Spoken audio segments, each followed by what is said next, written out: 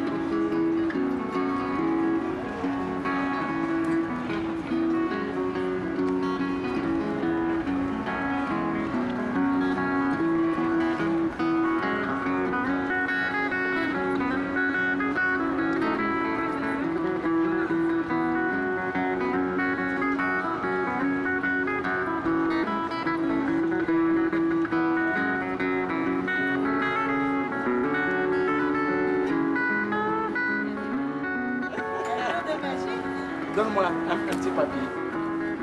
Regarde.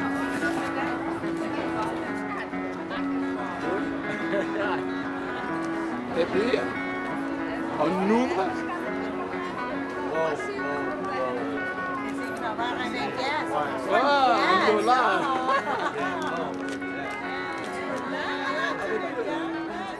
Je m'appelle Fouad Filali, je suis né à Azaba.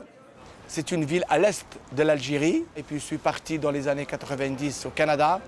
Maintenant, nous avons une chaîne de restaurants dans le Vieux-Montréal. En arrivant à Montréal, j'ai pris des cours de magie. En devenant magicien, donc j'ai découvert une autre passion de ma vie. Et puis à partir de ça, c'est une longue histoire. Je suis allé en Algérie faire du bénévolat, de la magie en Algérie parce que c'était la décennie noire de l'Algérie. En revenant, j'ai décidé de créer Magiciens sans frontières.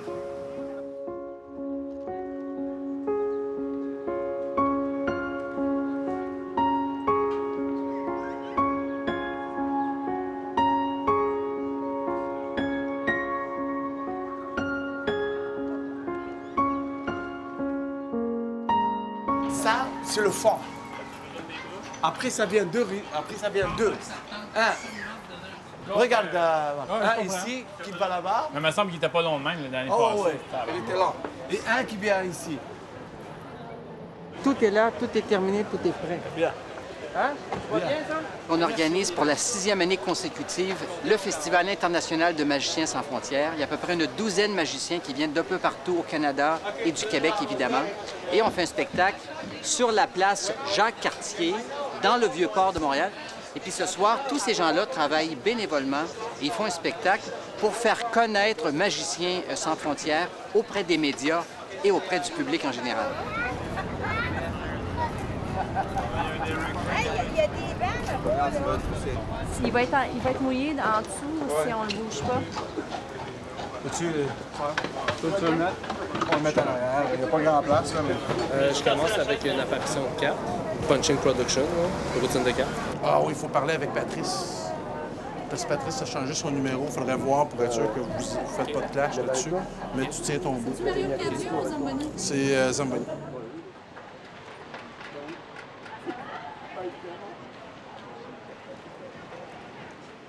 Philippe!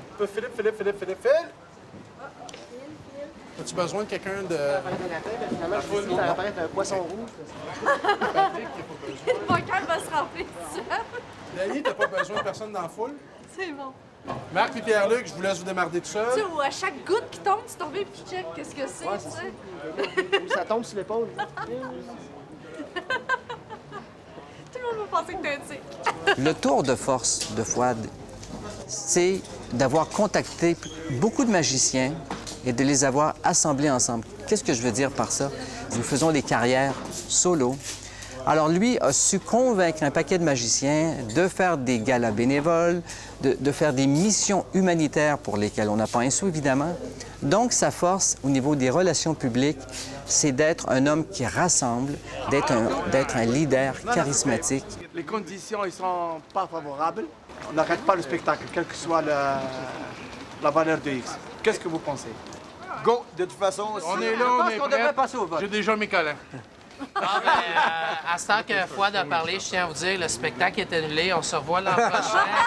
Prenez soin de vous autres.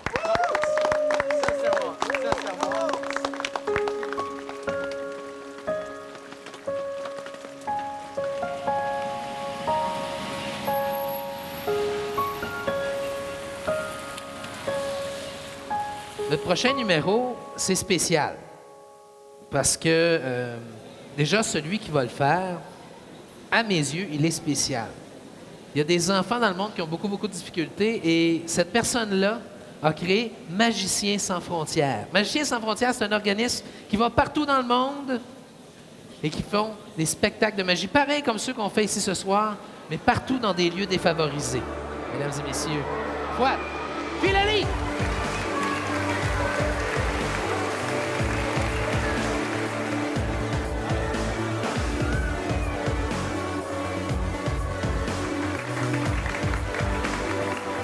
Le rêve de Philali, c'est de s'imaginer que on peut changer quelque chose, on peut faire une différence par l'art. Et l'art que nous avons choisi, c'est la magie. Et on croit fortement qu'en partageant ça aux jeunes, on peut créer une étincelle qui soit nourricière, qui soit salutaire. Et c'est ce qu'on essaie de faire à travers nos missions humanitaires. Magiciens sans frontières, c'est vraiment l'excellent spectacle ce soir.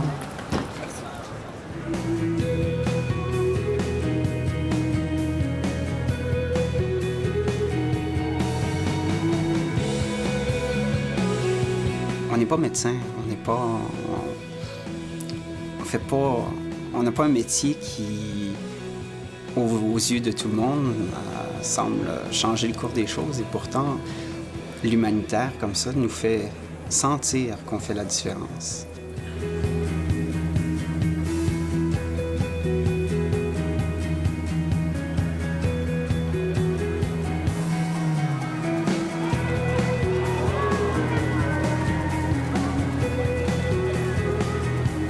On apporte beaucoup ici, mais eux nous apportent beaucoup aussi. Juste le sentiment de voir qu'après notre passage, que certaines mentalités peuvent changer, on peut semer un rêve dans la tête d'un enfant. Juste ça, ça vaut la peine. Donc, c'est très gratifiant pour nous, en tout cas pour moi.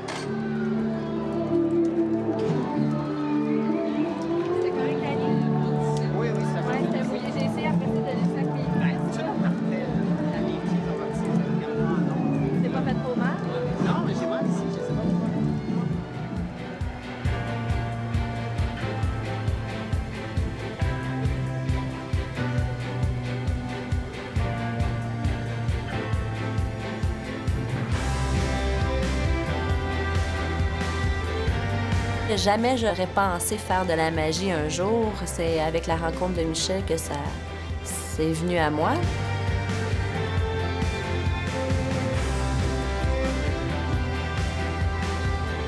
On a développé un numéro, Marilyn et moi, El Tango del Mago. Et puis à ce moment-là, je trouvais que c'est un numéro qui me ressemble. Là, je trouvais que ça valait la peine de faire le tour avec ce numéro-là et d'aller donner peut-être ce que les gens dans ces pays-là méritent.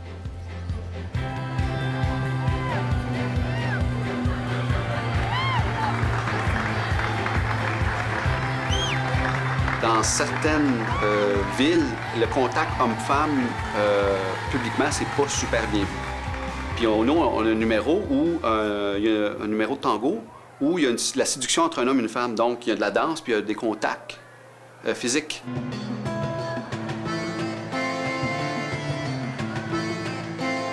La première fois qu'on est arrivé dans le sud de l'Algérie, on nous a dit, avant que le spectacle commence, évitez tout contact homme et femme.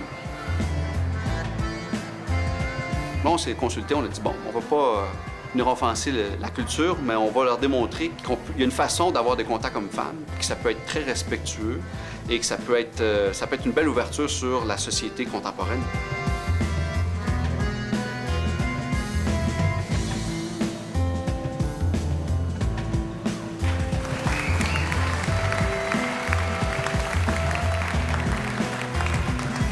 On a décidé de le présenter, ce numéro-là, quand même, dans son intégralité, avec tout le contact homme-femme.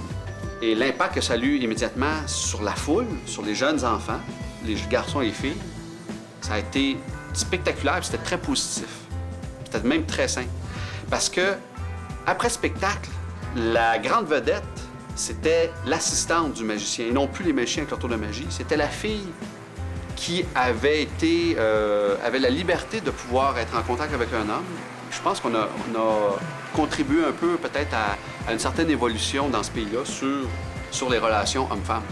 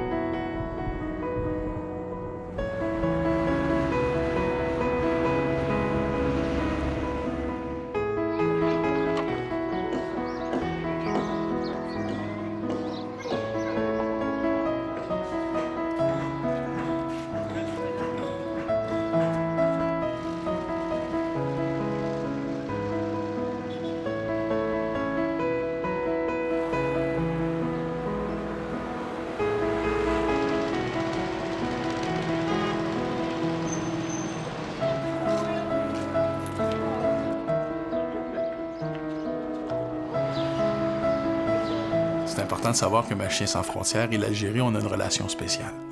Magiciens sans frontières a été fondé il y a 10 ans par Fouad lors d'un spectacle qu'il a fait pour amasser des sous pour des enfants qui étaient victimes dans le sud de l'Algérie, qui étaient victimes d'un désastre naturel. Alors c'est comme ça que Magiciens sans frontières a été créé. Également, Fouad étant algérien, donc c'est sûr que faire une visite en Algérie, c'est quand même c'est la moindre des choses. Et je crois qu'à partir de l'Algérie, Fouad va vouloir étendre Magiciens sans frontières un peu partout en Afrique. Donc, à partir d'une base en Algérie solide, c'est beaucoup plus facile quand on a un pied à terre dans un continent de pouvoir partir, de pouvoir former même. On va chercher à former des magiciens pour, après ça, aller un peu plus loin. Puis se rendre compte. Moi, je pense que l'Algérie, c'est Magiciens sans frontières phase 2, après l'Amérique, l'Afrique.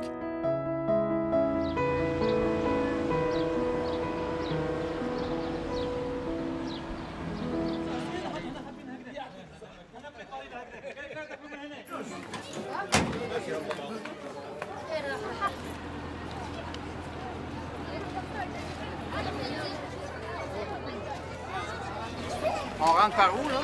Par ici, là? Non. On va vous suivre.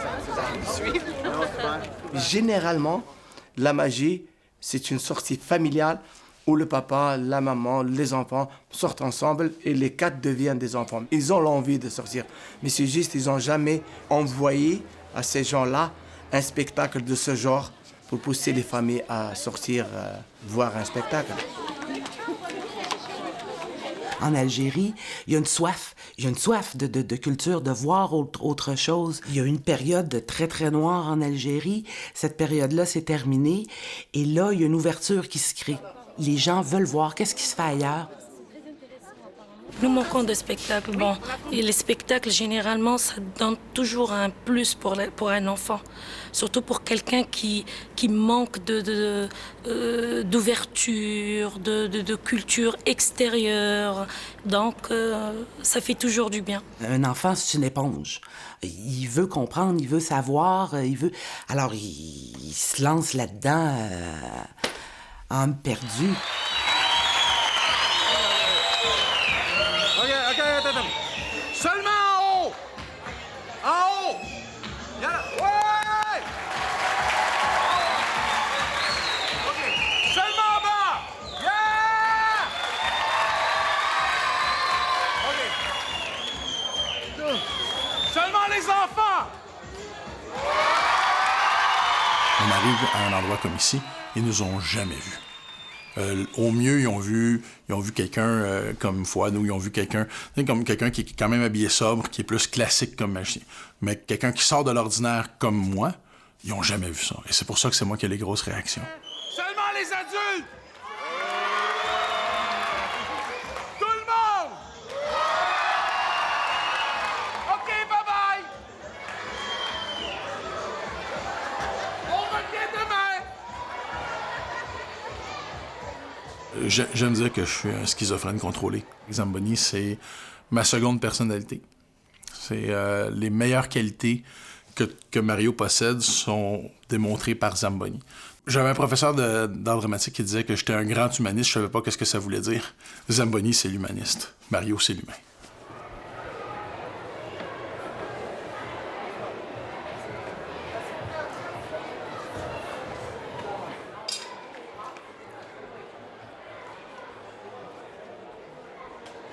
Mario, c'est quoi tu fais, toi? Qu'est-ce que je vais faire? Je vais avoir besoin d'un garçon, d'une fille, quand je commence à faire le chien, va les chercher. Puis après que tu m'aies présenté, fais juste rouler la table à la même place. OK, merci.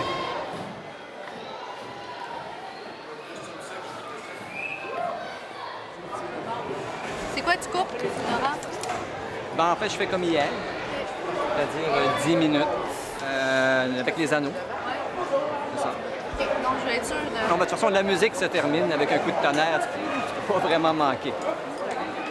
Une des raisons pour lesquelles j'ai tourné en Algérie, c'est qu'en 1856, un magicien du nom de Jean-Eugène Robert Houdin, un Français, était déjà passé ici pour faire une tournée de spectacles et qui avait un but politique, en fait. C'était pour calmer la révolte des Algériens contre l'armée française. La tournée, maintenant, en Algérie, n'est pas une tournée politique, mais est ici pour apporter un changement, un peu ce qu'a fait Robert Houdin.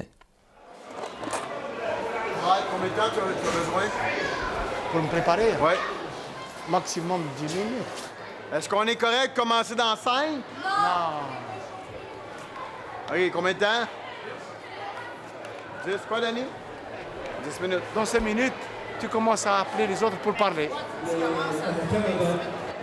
Dans 5 minutes, showtime!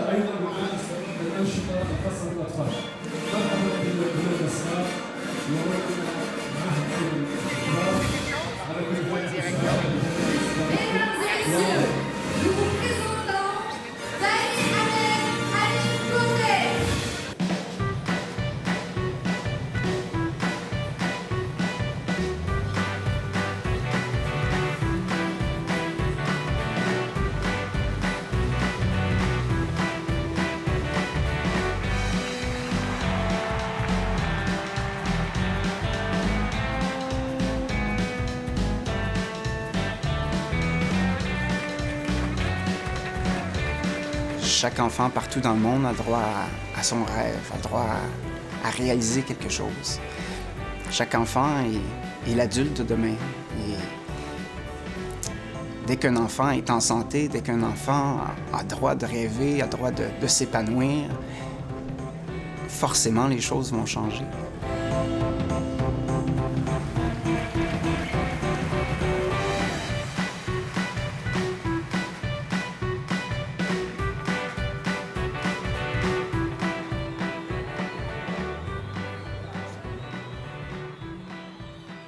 Au-delà du spectacle, ce que je préfère, c'est vraiment l'après-spectacle.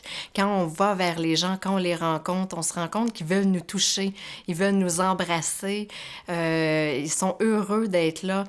Donc, c'est ce que j'aime, c'est de leur créer un rêve, puis ils vont grandir avec ça en tête.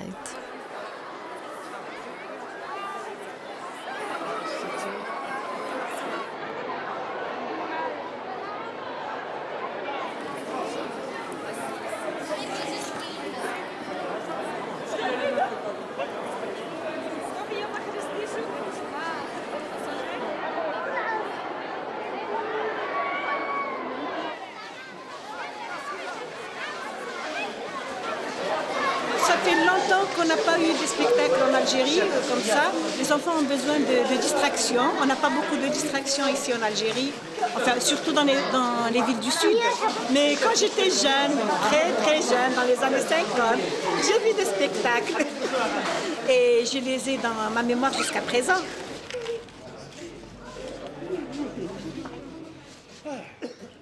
Quand on arrive, nous, avec un spectacle qui est ultra coloré, qui est fort, qui est fort en musique, qui est fort en émotion, c'est sûr que ça montre aux jeunes qu'on peut faire autre chose.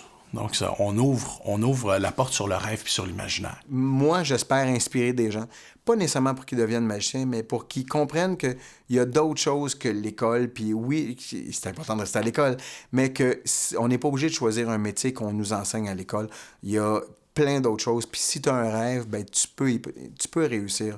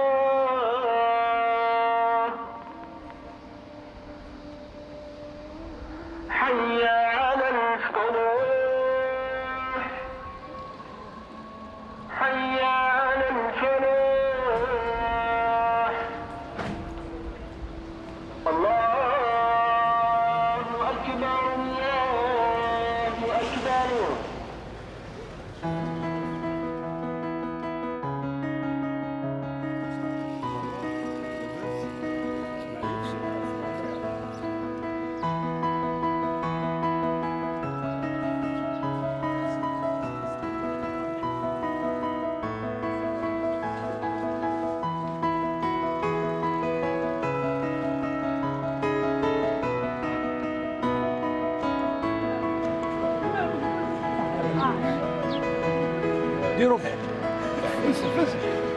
بقاو على خير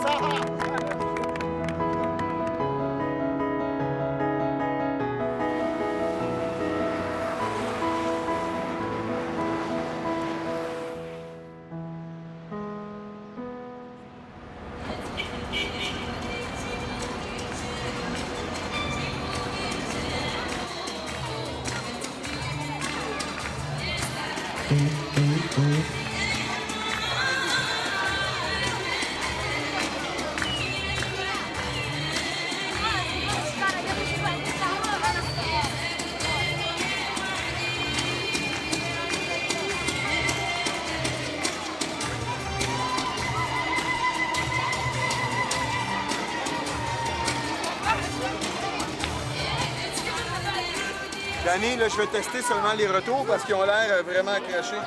Fais jouer ta toune. Ouais, ça, je fais là.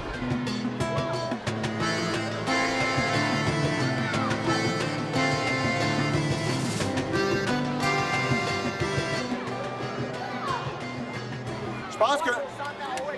Ouais, c'est ça, hein? C'est ça que je lui disais. C'est ça. Les autres, là, sont pétés. Il y a une boîte qui est brisée. Ah oui, oui.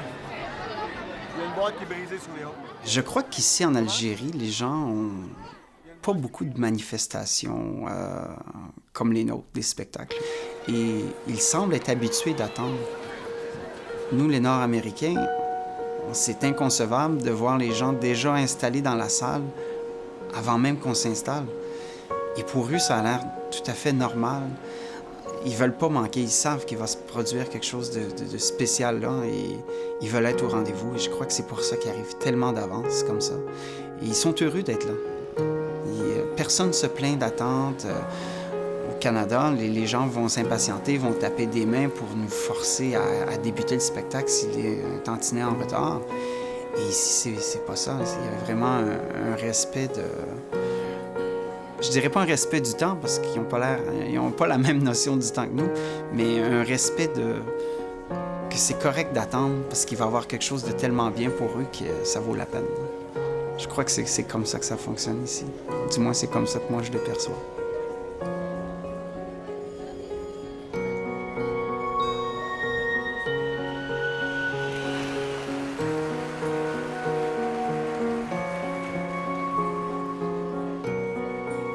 Pour moi, la vocation de Magiciens sans frontières, c'est vraiment d'amener les arts de la scène, de la magie aux enfants, de leur donner l'opportunité d'oublier le temps d'un spectacle, leur quotidien.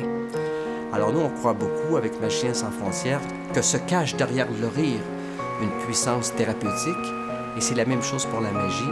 Mon plus beau cadeau que je reçois de cette mission-là, c'est le sourire des enfants et des adultes.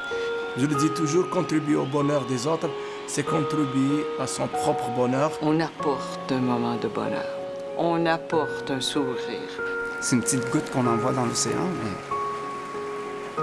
je crois que l'effet papillon est là et que ça va faire de grandes vagues au bout du compte. Là. Ah, t'es là? C'est bon. Fanny? Oui. Déjà, ils sont mieux. J'ai mal au dos. J'ai dépassé. Attraper le rhume dans le désert, faut le faire. Je pensais jamais que ça m'arriverait. À cause des climatiseurs, Ouais. de douce. C'est juste l'air climatisé. Est-ce qu'on peut avoir un pamphlet que tu as donné? Tu vas pouvoir nous en donner un? On en a pas. Je vais donner à tout le monde. Tu veux maintenant? Non, ça presse pas. Je donne 4-5 journées pour ça, il n'y a pas de problème. OK, parfait. Mais ils sont... On va le nom des villes, parce que là, on finit par C'est perdre ça. le fil. On ne sait plus c'est quoi le nom des villes ou comment ils s'écrivent. Excellent. Je vous donne. Est-ce que nous sommes prêts? Est-ce que tout le monde est prêt? Ça va, toi? Oui. Ça va. Hey, wow, wow! Allah, Marie jaloux. Non, mais fais juste me donner ta montre en échange. Écoute, là, il te change avec un montre.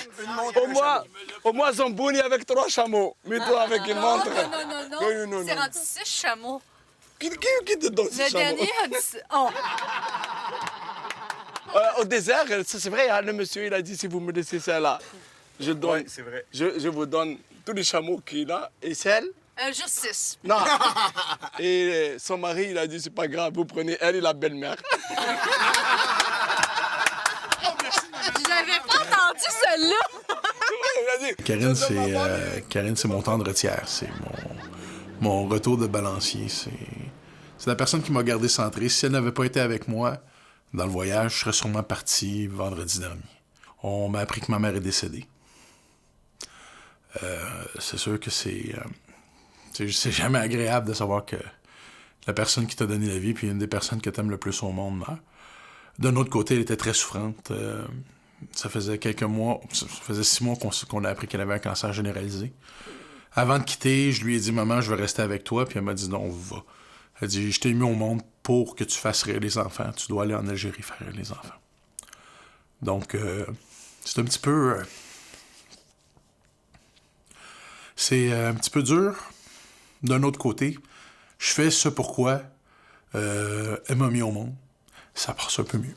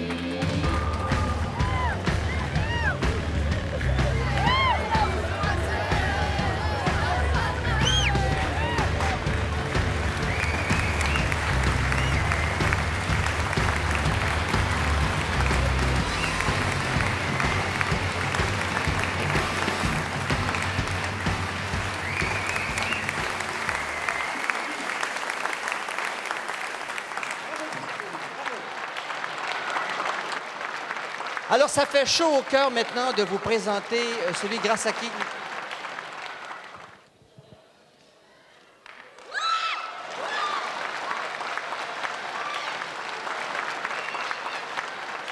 Pardonnez-nous, mais c'est une tradition au Canada.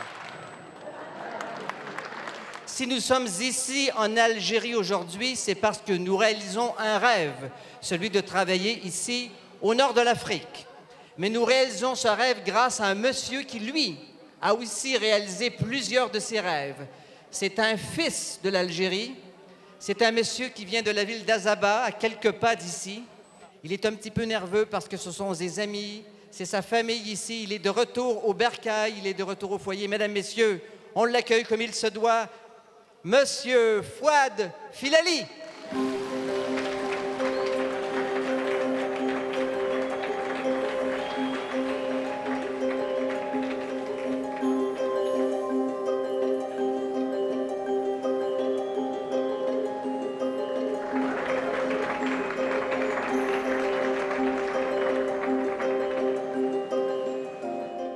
J'ai visité 200 000 enfants de l'Inde jusqu'au Liban.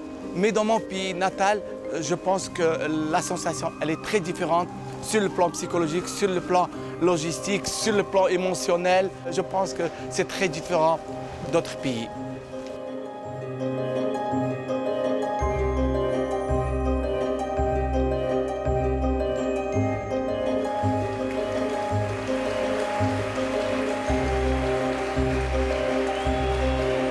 Il va en Algérie, lui, 2-3 fois par année. Mais il tient à cœur énormément. Comme nous tous, l'Algérie nous manque énormément. Mais par son action, il contribue à faire quelque chose pour l'Algérie. C'est sa façon de ne pas quitter l'Algérie. Et nous, on est derrière lui bénévolement, on l'aide. C'est ce qu'on doit à notre pays qui nous a tout donné quand même.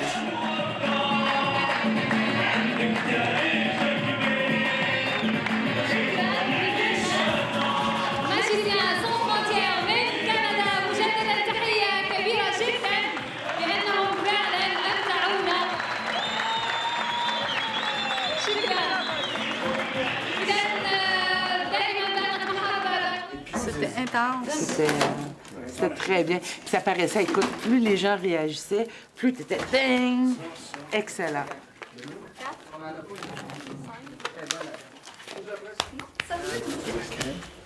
Je vais mettre d'une façon pour qu'on en a pas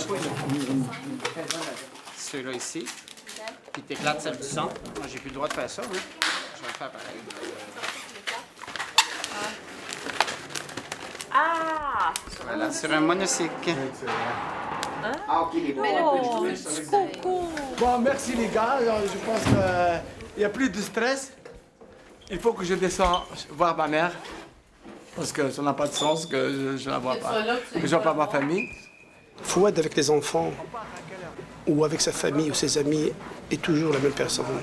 Il a une profondeur, une grande générosité. C'est dans son âme. Il est comme ça, Fouad.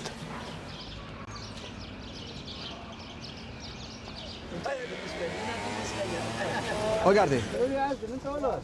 واحدة زوز ثلاثة أربعة خمسة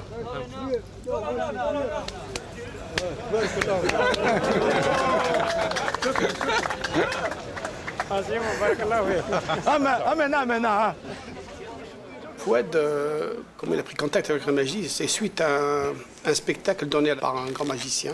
Avant qu'il aille au spectacle ou après, il est venu manger chez mon père dans le restaurant. Et c'est là où il nous a fait des trucs de pièces, etc. Et avant qu'il me le dise, j'ai compris que c'est sa voix et qu'il venait d'être charmé. Et depuis ce jour-là, Fouad est dans la magie totalement. C'était le restaurant de mon père. Bon, on habitait en haut. Mon père était restaurateur pendant une vingtaine d'années. Avant, j'étais toujours là à aider mon père. C'est pour cela, à Montréal, qu'on a choisi la restauration, tout simplement parce que mon père était restaurateur.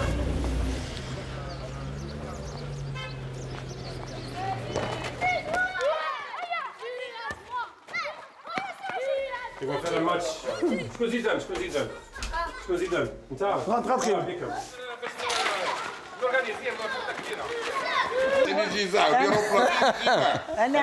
انا كي نشوف كل شفت على فوزي مع الحادث عندك تقولي حاجه قلت لها مش بقى بتجي عندي روح اقراني ما فكر خلاص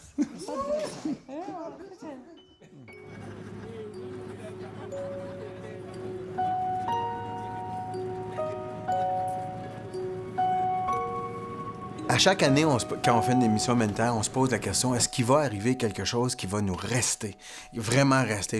Évidemment, à chaque fois, les voyages restent pour longtemps, mais on se dit, va-t-il avoir the moment? Puis ça, on a eu the moment. C'est arrivé à la Guadeloupe.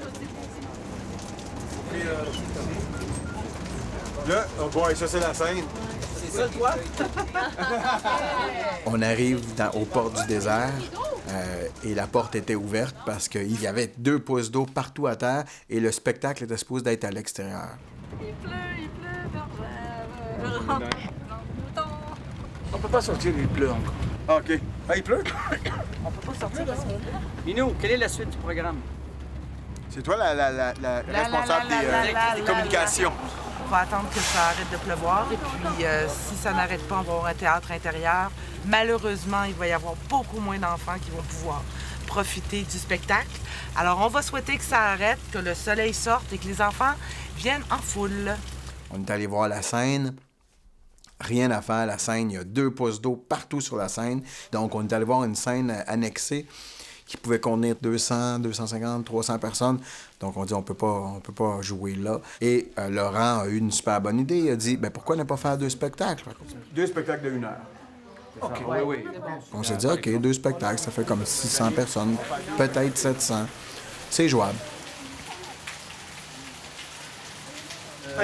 On rentre ensemble. Donc, on se prépare à faire 2 spectacles de suite dans une petite salle contenant 250-300 personnes. نقصنا في النيميرو. Je lui ai dit qu'on a coupé beaucoup de numéros pour pouvoir donner la chance à faire 2 spectacles. Parce qu'on ne peut pas faire notre spectacle, c'est un spectacle qui a ساعتين. ما نقدرش نديروا 4 سوايع بزاف علينا. Je dis on peut pas faire 4 heures de spectacle de c'est très fatigant. Donc on fait comme ça. عندكم 5 minutes تكفيكم.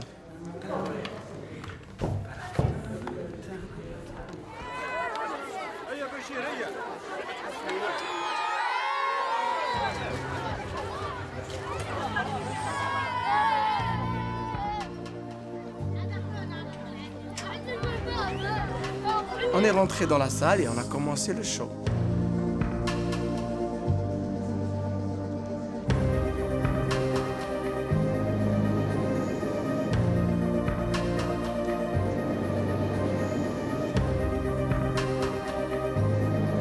À un moment donné, il y a un responsable, il vient me dire, écoute, monsieur Fouad, vous êtes obligé de faire un deuxième spectacle. J'ai dit, ok, nous sommes là. Il m'a dit, non, pas ici.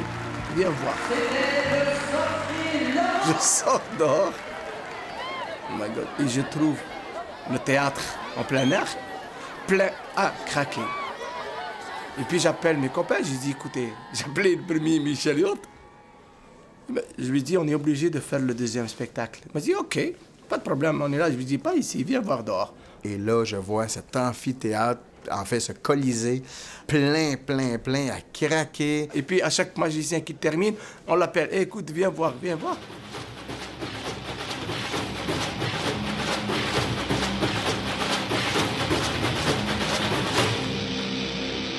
Dany Hamel et Annie Côté, mesdames, messieurs.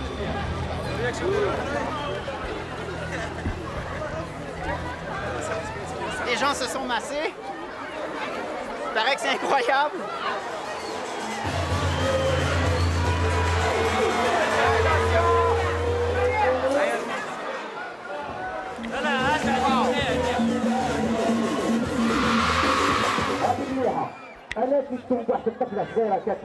Vous savez combien de milliers de personnes?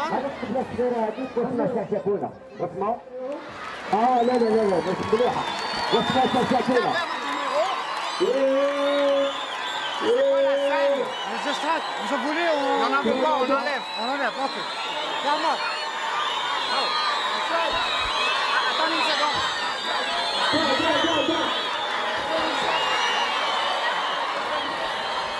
C'était vraiment un autre monde, là. Pendant qu'on faisait le spectacle à l'intérieur, les gens installaient déjà à l'extérieur, puisqu'il y avait des milliers et des milliers de personnes qui attendaient pour voir le spectacle. Et tout d'un coup, le show de 250-300 personnes, pas qu'il n'y avait pas d'importance, mais il venait déjà de tomber. J'avais déjà hâte de le finir pour aller vivre ce qu'on était pour vivre. Et tout de suite, on était prêt à commencer. Je sais pas combien de temps, c'est tel Twilight Zone dans ma tête. Je dirais 20 minutes après qu'on ait terminé le premier spectacle, on était prêt à commencer le deuxième. Et c'était incroyable. Dany Hamel, Annie Côté.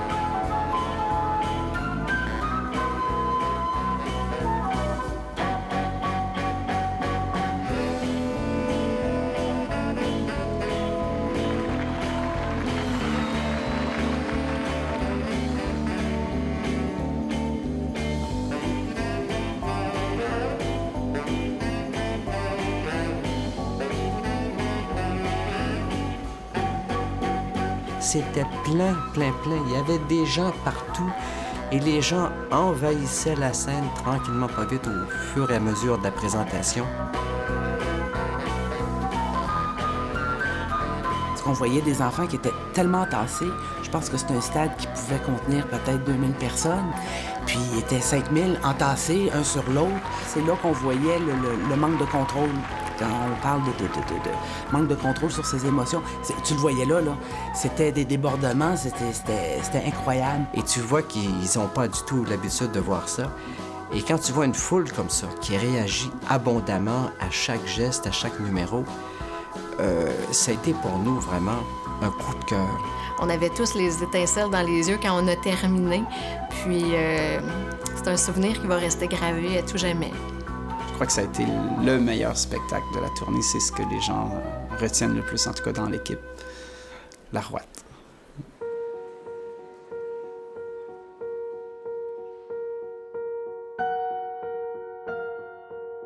Fouad a développé un 6e sens. C'est qu'il a des rêves gigantesques qui sont rassembleurs, comme par exemple celui de parcourir le monde, celui de montrer la magie aux gens, celui de l'enseigner par des ateliers de formation. Et ça, c'est extrêmement nourricier comme vision, et on veut en faire partie. Et c'est pourquoi on embarque avec lui et on devient partie prenante de son rêve.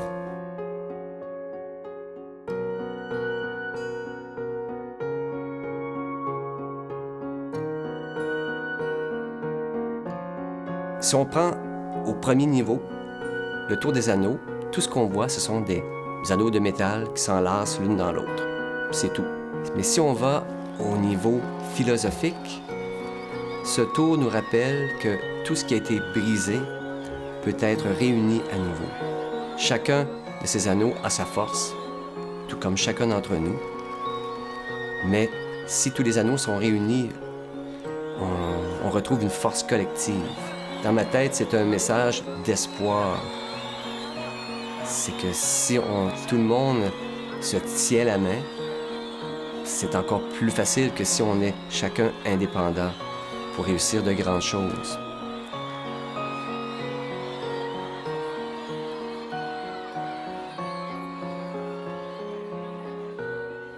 Dans le cas des voyages avec Magiciens sans frontières, c'est une occasion de partager notre métier, mais non pas d'une façon individualiste, mais avec d'autres collègues magiciens.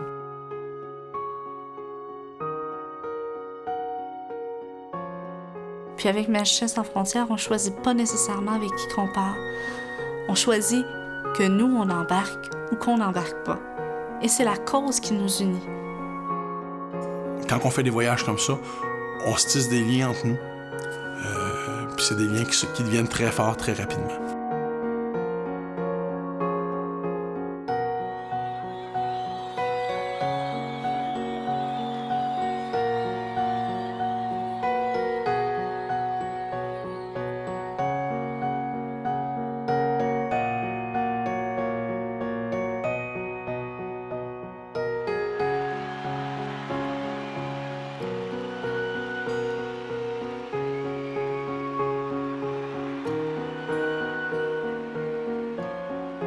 Voltaire, il dit « L'homme est un projet ». Moi, j'ai toujours quelque chose dans ma tête. Je rêve toujours de faire quelque chose. Si j'arriverais à créer un festival de magie international, je pense que je serais un homme très heureux. Parce que un festival de magie à Alger, ce sera le premier en Afrique, ce sera le premier au monde arabe. Ils vont découvrir que dans tout le monde, partout dans le monde, il y a des magiciens et qui sont venus spécialement pour ce festival que je vais l'appeler Festival international de la magie d'Alger. Enfin, je ne sais pas si ça marche. Si ça ne marche pas, on reste avec le Festival international de la magie à Montréal.